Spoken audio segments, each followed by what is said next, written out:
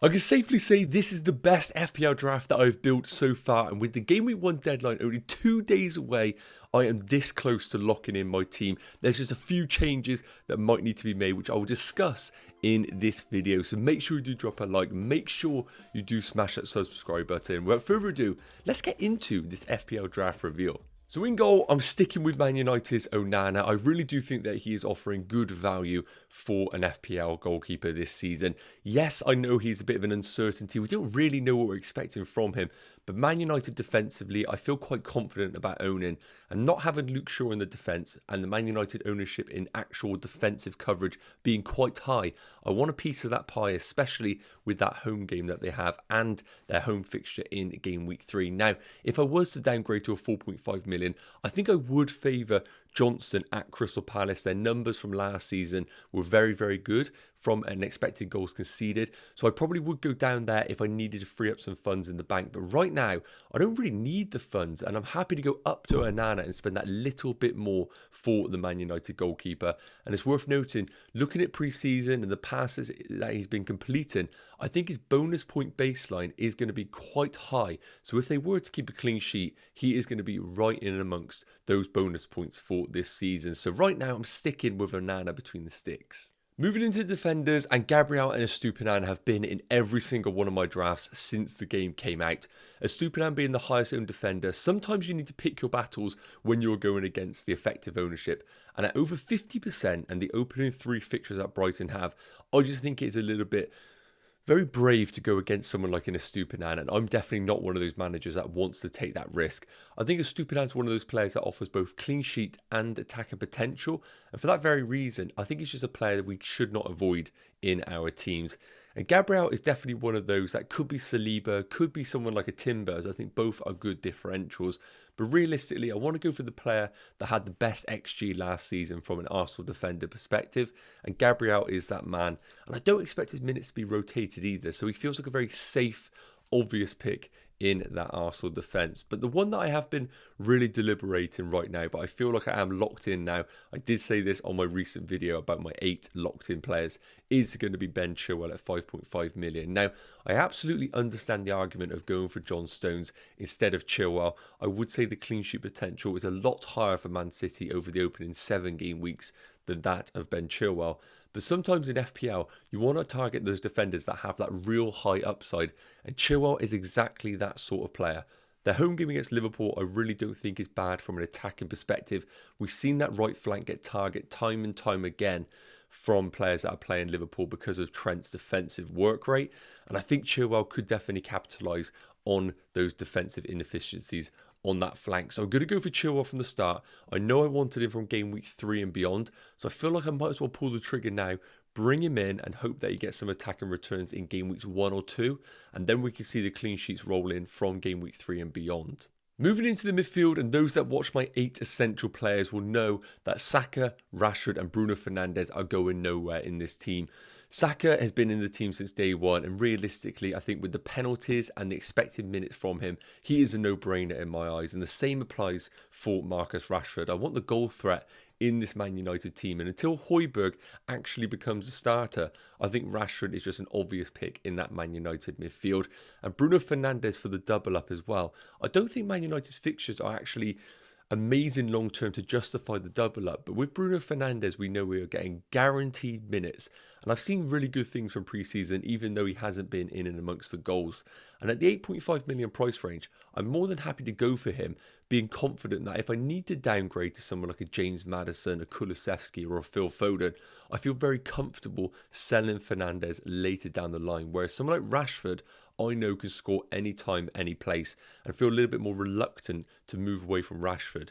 So going for this double Man United midfield means that 1, I have ownership in those brilliant home fixtures, but 2, I can downgrade Bruno to any other option in the game that might tempt me later down the line. I don't really want to take those early risks on those Spurs players or even the likes of Phil Foden, so he is my cash cow later down the line.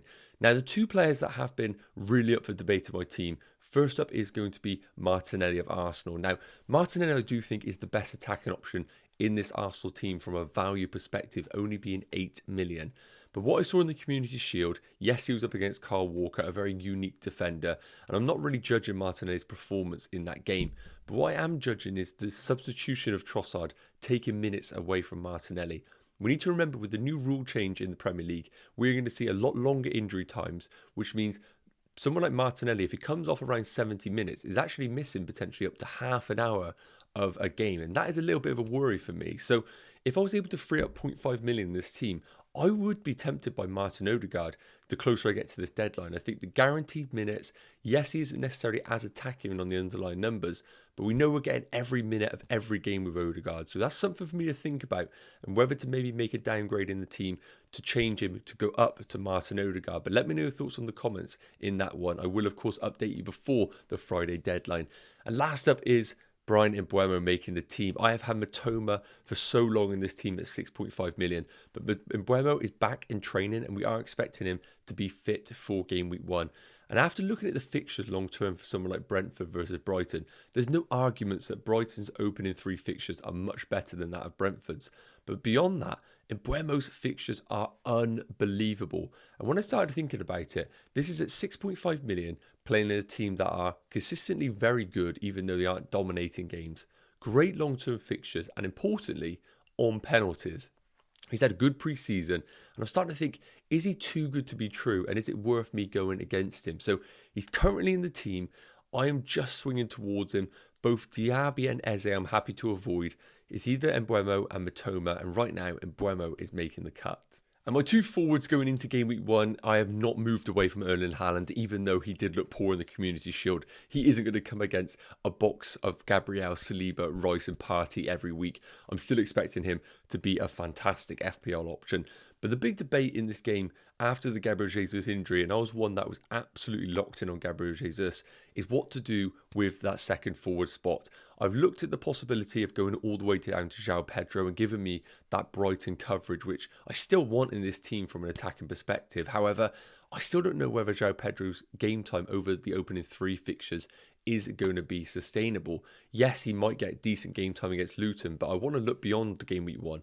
I need to look at 2 and 3, and I can't confidently sit here and say that João Pedro is going to get those guaranteed minutes over that period.